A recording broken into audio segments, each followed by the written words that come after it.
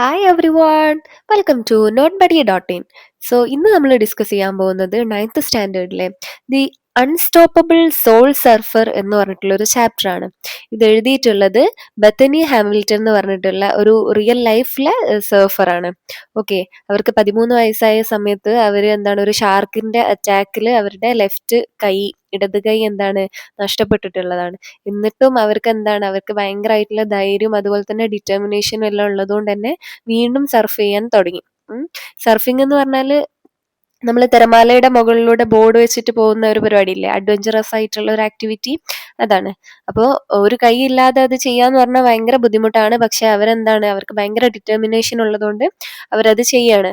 അതുകൊണ്ട് തന്നെ ലോകത്തുള്ള ഒരുപാട് ആളുകൾക്ക് ഒരു ഇൻസ്പയറിംഗ് ആയിട്ടുള്ള ഒരു വ്യക്തി തന്നെയാണ്. അവരുടെ ഒരു ഓട്ടോബയോഗ്രഫിക്കൽ സ്റ്റോറിയാണ് നമ്മൾ ഇന്ന് പഠിക്കാൻ പോകുന്നത്. ഓക്കെ, പെട്ടെന്ന് തന്നെ നമുക്ക് ചാപ്റ്ററിലേക്ക് പോവാം. The unstoppable soul surfer. Bethany ആ ദിവസത്തെ ഡിസ്ക്രൈബ് ചെയ്യാണ്. ആ ഒരു മോർണിംഗ് എന്ന് പറഞ്ഞാൽ വളരെ കാം ആൻഡ് പീസ്ഫുൾ ആയിട്ടുള്ള ഒരു മോർണിംഗ് ആയിരുന്നു. ബെത്തനി തന്റെ സുഹൃത്തായിട്ടുള്ള അലാന എന്ന് പറഞ്ഞിട്ടുള്ള ആളോടൊപ്പം ഫ്രണ്ടിന്റെ കൂടെ സർഫ് ചെയ്യായിരുന്നു. അതിനിടെയാണ് വെള്ളത്തിനടിയിൽ നിന്ന് പെട്ടെന്നൊരു ഗ്രേ കളറിലുള്ള ഒരു തിളക്കം, പെട്ടെന്നൊരു ഫ്ലാഷ് അവർ കാണുന്നത്. ഒറ്റ നിമിഷം കൊണ്ട് വലിയൊരു ടൈഗർ ഷാർക്ക് അവളെ അറ്റാക്ക് ചെയ്യാണ്. ബെത്തനിക്ക് ഭയങ്കരമായിട്ടുള്ള പ്രഷറും അതുപോലെ ആ ഒരു പൊള്ളും കാര്യങ്ങളും ഒക്കെ അനുഭവിക്കുന്നുണ്ട്. പക്ഷെ വേദനയില്ല. ഈ ഒരു അറ്റാക്കിൽ അവരുടെ കൈ തോളിന്റെ അതുവരെ, ഷോൾഡർ വരെ കടിച്ചു മാറ്റിയിട്ടുണ്ടായിരുന്നു. അത്രയും ഭാഗം, അത്രയും പോർഷന് ഷാർക്കിന്റെ വായിലായിരുന്നു. അലാനയുടെ ബ്രദറും അതുപോലെ തന്നെ ഇവരുടെ ഫാദർ ഹോൾട്ടും അവിടെ ഉണ്ടായിരുന്നു. അവർ രണ്ടുപേരും ഭയപ്പെടാതെ ബെത്തനിയെ എങ്ങനെ ഹെൽപ്പ് ചെയ്യാം, എങ്ങനെ രക്ഷിക്കാം എന്നുള്ള അതിനു വേണ്ടിയിട്ടുള്ള നടപടികളാണ് എടുത്തിട്ടുള്ളത്. അവരവളെ പെട്ടെന്ന് തന്നെ ആ ബോർഡിലേക്ക് കിടത്തി, അവരുടെ കൈയെല്ലാം കെട്ടി, ആ ഒരു ഭാഗം പോർഷന് ബ്ലഡ് വരുന്ന അവിടെ എല്ലാം കെട്ടി പെട്ടെന്ന് തന്നെ സേഫ്റ്റി ആയിട്ടുള്ള ഒരു സ്ഥലത്തേക്ക് പെട്ടെന്ന് തന്നെ കൊണ്ടുപോയി. ബെത്തനിക്ക് ഹെവി ബ്ലീഡിങ് ഉണ്ടായിരുന്നു. അതുകൊണ്ട് തന്നെ ബോധം പോവാൻ ചാൻസ് വളരെ കൂടുതലാണ്. അച്ഛനും അതുപോലെ തന്നെ അവരുടെ ബ്രദർ, അലാനയുടെ ബ്രദർ, ഇവർ രണ്ടുപേരും അവളോട് ഇങ്ങനെ സംസാരിക്കുന്നുണ്ട്. അതുകൊണ്ട് തന്നെ അവളുടെ ബോധം പോയിട്ടില്ല. ആള് കോൺഷ്യസ് ആയിട്ട് തന്നെയാണ് ഹോസ്പിറ്റലിൽ എത്തിയത്. ഹോസ്പിറ്റലിൽ എത്തിയ സമയത്ത് ഡോക്ടേഴ്സ് പറഞ്ഞത് അവരുടെ കൈ രക്ഷിക്കുന്നതിനേക്കാൾ ഇമ്പോർട്ടന്റ് ആയിട്ടുള്ളത് അവളുടെ ജീവൻ രക്ഷിക്കുക എന്നുള്ളതാണ്. അതായത് കൈ പോകുന്നാണ് അവര് പറഞ്ഞിട്ടുള്ളത്. ഇന്നർ മീനിങ് അതാണ്. ബെത്തനിയുടെ അമ്മ അവളുടെ കൂടെ തന്നെ നിന്നിട്ടുണ്ടായിരുന്നു. ഒരുപാട് റിപ്പോർട്ടേഴ്സ് അവരെങ്ങനെ വെയിറ്റ് ചെയ്ത് നിൽക്കുകയാണ് ഇവളുടെ സ്റ്റോറി കേൾക്കാൻ വേണ്ടിയിട്ട്. ആ ഒരു സമയത്തും ബെത്തനിയുടെ ഡൗട്ട് എന്ന് പറഞ്ഞാല് ഇനി അവർക്ക് സർഫ് ചെയ്യാൻ പറ്റുമോ ഇല്ലേ എന്നുള്ളതാണ്. കാരണം സർഫിങ്ങിന് ബാലൻസിങ് അത്യാവശ്യമാണ്. ബാലൻസിങ് എന്ന് പറഞ്ഞാൽ രണ്ട് കൈയും അത്യാവശ്യമാണ്. പക്ഷെ ഇവർക്കിപ്പോ ഒരു കൈ ഇല്ല. ഒരു കൈ ഇല്ലാതെ അവർക്ക് സർഫ് ചെയ്യാൻ പറ്റുമോ എന്നുള്ള ടെൻഷനിലാണ് അവരിപ്പോൾ ഉള്ളത്. ബെത്തനി അവളുടെ അച്ഛനോട് പറയാണ് അവൾക്ക് ഒരു ബെസ്റ്റ് സർഫ് ഫോട്ടോഗ്രാഫർ ആവണമെന്ന്. പക്ഷെ അവളുടെ ഡീപ് ഡൗൺ അവൾക്ക് എന്താവണം, അവൾക്ക് സർഫ് ചെയ്യാനാണ് താല്പര്യം, അവൾക്ക് അതാണ് ഇഷ്ടം.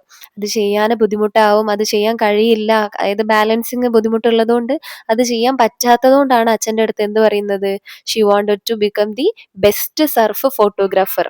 ഓക്കെ, ആ ഒരു സമയം അവളുടെ ബ്രദേഴ്സ് എല്ലാം അവളെ ഭയങ്കരമായിട്ട് സപ്പോർട്ട് ചെയ്യുന്നുണ്ട്, അവളെ ഹാപ്പി ആയിട്ട് വെക്കുന്നൊക്കെ ഉണ്ട്. അങ്ങനെ ഹോസ്പിറ്റൽ വിടുന്ന സമയത്ത് ഈ മീഡിയന്റെ ക്രൗഡും റിപ്പോർട്ടേഴ്സും ഒരുപാട് ആളുകൾ ഉള്ളത് കൊണ്ട് തന്നെ അവര് ബാക്ക് ഡോറിലൂടെയാണ് ഹോസ്പിറ്റലിൽ നിന്ന് പോകുന്നത്. പോലീസ് എസ്കോർട്ട് ഉണ്ട്, അതുപോലെ തന്നെ എല്ലാ സേഫ്റ്റി കാര്യങ്ങളും എല്ലാം ഉണ്ടായിരുന്നു. പെട്ടെന്ന് തന്നെ ബെത്തനി ഫേമസ് ആവുകയാണ്. ആളുകൾ എല്ലായിടത്തുനിന്നും അവളെ അപ്രോച്ച് ചെയ്യുന്നു, അതുപോലെ ഓട്ടോഗ്രാഫ് ചോദിക്കുന്നു, ഫോട്ടോ എടുക്കാൻ ചോദിക്കുന്നു. അങ്ങനെ പെട്ടെന്ന് തന്നെ അവര് ഫേമസ് ആവുകയാണ് ചെയ്യുന്നത്. അവളുടെ ഫ്രണ്ട്സ് എല്ലാം പറഞ്ഞു, നീ ഇപ്പോ ഒരു സർഫറേക്കാൾ മുകളിലാണ്. കാരണം നീ ഇപ്പോ ഒരു ഹോപ്പ്, ഒരു പ്രതീക്ഷ, ഡിഫിക്കൽട്ട് അനുഭവിക്കുന്ന ആളുകൾക്ക്, ഫേസ് ചെയ്യുന്ന ആളുകൾക്കൊക്കെ ഒരു പ്രതീക്ഷ കൊടുക്കുന്ന ഒരാളാണ് നീ എന്നൊക്കെ പറഞ്ഞ് അവളെ ഭയങ്കരമായിട്ട് മോട്ടിവേറ്റ് ചെയ്യുന്നുണ്ട്.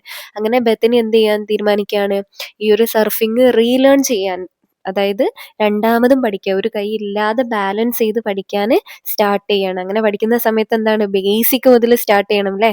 സ്റ്റാർട്ടിങ് മുതൽ, ഏറ്റവും ഫസ്റ്റ് മുതൽ സർഫിങ് പഠിക്കുകയാണ്. അങ്ങനെ അവള് ഒരു കൈ മാത്രം വെച്ച് സർഫിങ് ട്രൈ ചെയ്തുകൊണ്ടിരിക്കുകയാണ്. അങ്ങനെ ബാലൻസിങ് ഒക്കെ ഭയങ്കര ബുദ്ധിമുട്ട് അനുഭവിക്കുന്നുണ്ട്. അതുപോലെ തന്നെ ഒരുപാട് തവണ അവര് അറ്റംപ്റ്റ് ഒക്കെ ഫെയിൽ ആവുന്നുണ്ട്. അതുകൊണ്ട് തന്നെ ഭയങ്കര ഡിസ്കറേജ്ഡ് ആണ്. ആദ്യത്തെ ആ ഒരു ധൈര്യം കാര്യങ്ങളൊക്കെ ഇങ്ങനെ ചോർന്ന് പോകുന്നുണ്ട്. ഗിവ് അപ്പ് ചെയ്താലോ എന്ന് വരെ ചിന്തിക്കുന്നുണ്ട്. പക്ഷെ അവര് ഭയങ്കരമായിട്ട് ഡിറ്റർമൈൻഡ് ആയിരുന്നു, ഭയങ്കരമായിട്ട് പ്രതീക്ഷ ഉണ്ടായിരുന്നു അവർക്ക്. അവളുടെ അച്ഛൻ അവളെ എന്താണ് ഭയങ്കരമായിട്ട് മോട്ടിവേറ്റ് ചെയ്യുന്നുണ്ട്, എൻകറേജ് ചെയ്യുന്നുണ്ട്. ട്രൈ വൺ മോർ ടൈം, ഒന്നൂടെ ട്രൈ ചെയ്യ്, ഒന്നൂടെ ട്രൈ ചെയ്യുന്ന അദ്ദേഹം ഇങ്ങനെ പറയുന്നുണ്ട്. അങ്ങനെ അടുത്ത വേവ് വന്ന സമയത്ത് അവൾ അത് ക്യാച്ച് ചെയ്യാണ്. അവൾ അതിനെന്ത് ചെയ്യാണ്, പുഷ് ചെയ്യുന്നുണ്ട്. അതായത് വൺ ആം വെച്ചിട്ടാണ് ഈ കാര്യങ്ങളെല്ലാം അവർ ചെയ്യുന്നത്. എന്നിട്ട് എന്ത് ചെയ്യുന്നുണ്ട്, ആ ബോർഡിൽ സക്സസ്ഫുൾ ആയിട്ട് നിൽക്കുന്നുണ്ട്. ആ ഷാർക്ക് അറ്റാക്കിന് ശേഷം ആദ്യമായിട്ടാണ് അവള് ഒരു വേവ് റൈഡ് ചെയ്യുന്നത്. അവൾക്ക് എന്താണ് ഭയങ്കര സന്തോഷം, സന്തോഷം കൊണ്ട് അവളുടെ കണ്ണ് നിറയും. അതുപോലെ തന്നെ ഭയങ്കരമായിട്ടുള്ള ഗ്രാറ്റിറ്റ്യൂഡും കാര്യങ്ങളും ഒക്കെ അവള് ചെയ്യുന്നുണ്ട്.